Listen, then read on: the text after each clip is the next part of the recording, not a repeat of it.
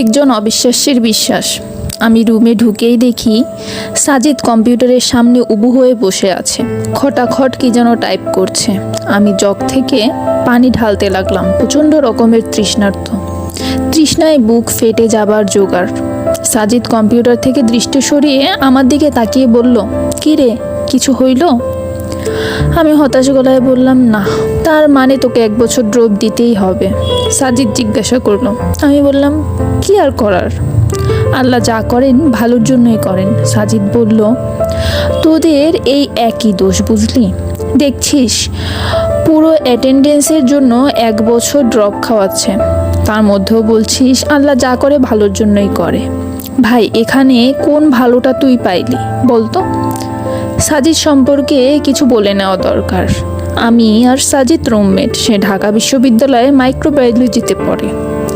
প্রথম জীবনে সে খুব ধার্মিক ছিল, নামাজ কালাম করত। বিশ্ববিদ্যালয়ে এসে কিভাবে যেন অ্যাগনস্টিক হয়ে পড়ে।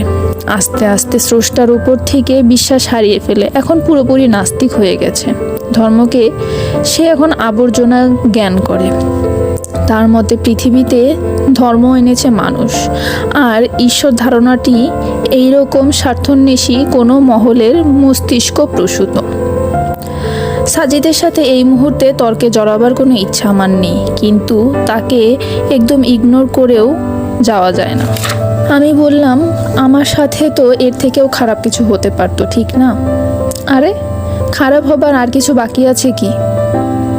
হয়তো, যেমন ওরকমও তো হতে পারতো। ধর, আমি সারা বছর একদমই পড়াশোনা করলাম না, পরীক্ষায় ফেল মারলাম। এখন ফেল করলে আমার 1 বছর ড্রপ যেত। হয়তো ফেলের অপমানটা আমি মেনে নিতে পারতাম না, আত্মহত্যা করে বসতাম। সাজিদ হাহা করে হাসা শুরু করলো, বলল, কি বিদঘুটে বিশ্বাস নিয়ে চলিস রে ভাই। এই বলে সে আবার হাসা শুরু করলো, বিদ্রুপাত্মক হাসি।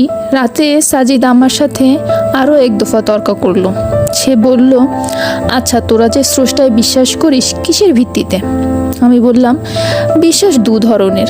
একটি হলো প্রমাণের ভিত্তিতে বিশ্বাস, অনেকটা শর্তারোপে বিশ্বাস বলা যায়। অন্যটা হলো প্রমাণ ছাড়াই বিশ্বাস। সাজিদ হাসলো। সে বলল, দ্বিতীয় ক্যাটাগরিকে সোজা ভাষায় অন্ধবিশ্বাস বলে। বুঝলি রে আবুল? আমি তার কথায় কান দিলাম না, বলে যেতে লাগলাম, প্রমাণের ভিত্তিতে যে বিশ্বাস, সেটা মূলত বিশ্বাসের মধ্যে পড়ে না, পড়লেও আবার খুবই টেম্পোরারি। এই বিশ্বাস এতটাই দুর্বল যে এটা হঠাৎ পাল্টায়। সাজিদ এবার নড়ে চড়ে বসলো। সে বলল, কী রকম? আমি বললাম, এই যেমন ধর, সূর্য আর পৃথিবীকে নিয়েই